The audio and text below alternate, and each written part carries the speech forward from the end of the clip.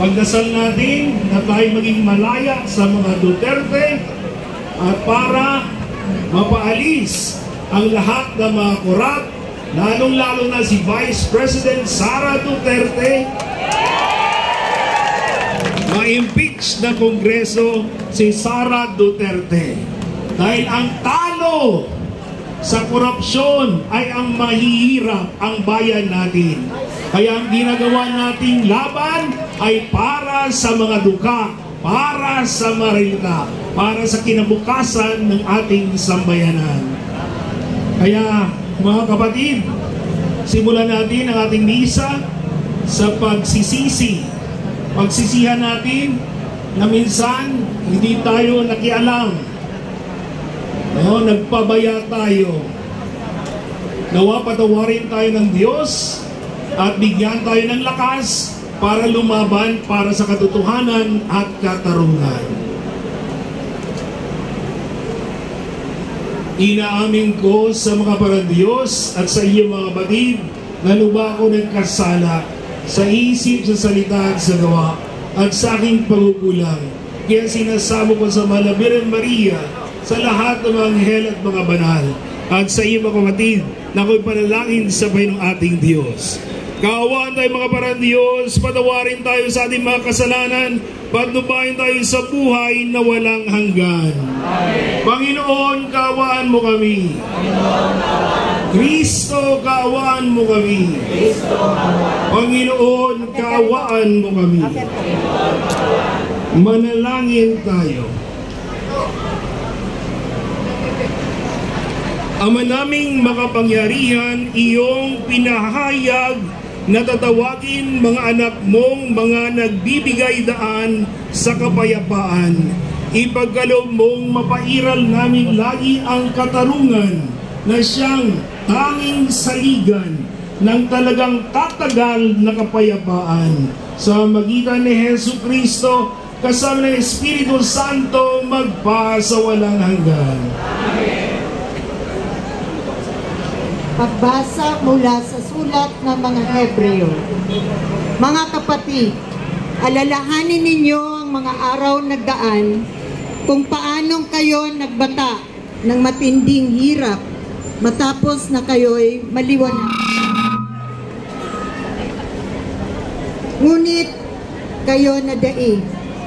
Kung minsan kayo'y inaalipusta at pinahihirapan sa harapan ng madla, at kung minsan na may karamay kayo ng mga kasamahan, pinahihirapan sa harapan ng gayon. Dinamayan ninyo ang mga nabibilanggo at hindi kayo nalungkot nang kayo'y agawan ng ari-arian, sapagkat alam ninyong higit na mabuti at nananatili ang kayamanang nakalaan sa inyo. Kaya't huwag kayong mawalan ng pananalig sa Diyos, sapagkat taglay nito ang dakilang gantimpala. Kinakailangan kayo'y magtiis upang masunod ninyo ang kalooban ng Diyos at matanggap ang kanyang ipinangako. Sapagkat kaunting panahon na lamang, hindi na maluluwat at paririto ay darating. Ang tapat kong lingkod ay nabubuhay sa pananalig sa akin. Ngunit kung sino tumatalikod, hindi ko kalulugdan. Ngunit hindi tayo kabilang sa mga tumatalikod at napapahamak, kundi sa mga nananalig sa Diyos at sa gayoy naliligtas. Ang salita ng Diyos. Salmon Tugunan. Nasa Diyos ang kaligtasan ng mga matuwid at banal. Umasa ka sa Diyos, ang mabuti gawin at mananahan kang ligtas sa lupain. Sa Diyos mo hanapin ang kaligayahan at ang pangarap mo'y iyong makakamtan. Nasa Diyos ang kaligtasan ng mga matuwid at banal. Ang iyo'y sarili sa Diyos mo ilagak. Pag nagtiwala ka't tutulungang ganap, ang kabutihan mo ay magliliwanag, katulad ng araw kung tanghaling tapat. Nasa Diyos ang kaligtasan ng mga matuwid at banal. Ang gabay ng tao sa kanyang paglalakad ay ang Panginoon nang upang maligtas. Sa gawain niya ang Diyos nagagalak. Kahit na mabuwal, siya ay babangon, pagkat ang alalay niya ay Panginoon. Nasa Diyos ang kaligtasan ng mga matuwid at banal. Ililigtas ng Diyos ang mga matuwid. Iingatan sila pag naliligalig. Ililigtas sila, tutulungan laban sa masama.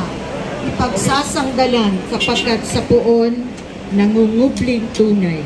Nasa Diyos ang kaligtasan ng mga matuwid at banal. Pagsitayo po ang lahat.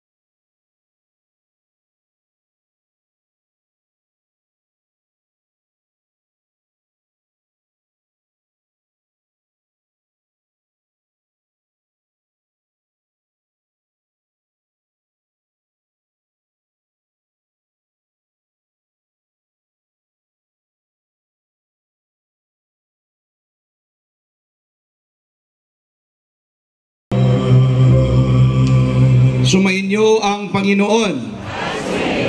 Ang pagbabahayag ng mabuting balita ng Panginoon ayon kay San Marcos. Noong panahong iyon, sinabi ni Jesus sa mga tao, ang paghahari ng Diyos ay may tutulad sa isang naghahasik ng binhi sa kanyang bukid. Pagkatapos niyon ay magpapatuloy siya sa kanyang pang-araw-araw na gawain. Tutubo at lalago ang binhi, at hindi man niya nalalaman kung papaano. Ang lupa'y siyang nagpapasibol at nagpapabunga ng pananim. Usbong muna, saka uhay. Pagkatapos ay maghihitik ang mga butil. Pagkahinog ng mga butil, agad itong ipapagapas sapagkat dapat ng anihin. Sa ano natin may ahambing ang paghahari ng Diyos, sabi ni Jesus. Ang talinghaga ang gagamitin natin upang ilarawan ito. Tulad ito ng isang maliit na butil ng mustasa na siyang pinakamaliit sa lahat ng mga binhi. Kapag natanim at lumago, ito'y magiging pinakamalaki at ang lahat ng puno ng gulay. Nagkakasanga ito at malalabay. Ano pat ang mga ibon ay nakapamumugad sa mga ito. Ang salita'y ipinangaral ni Jesus sa kanila sa pamamagitan ng maraming talinghaga tulad nito. Ayon sa makakaya na kanilang pag-unawa, hindi siya nangaral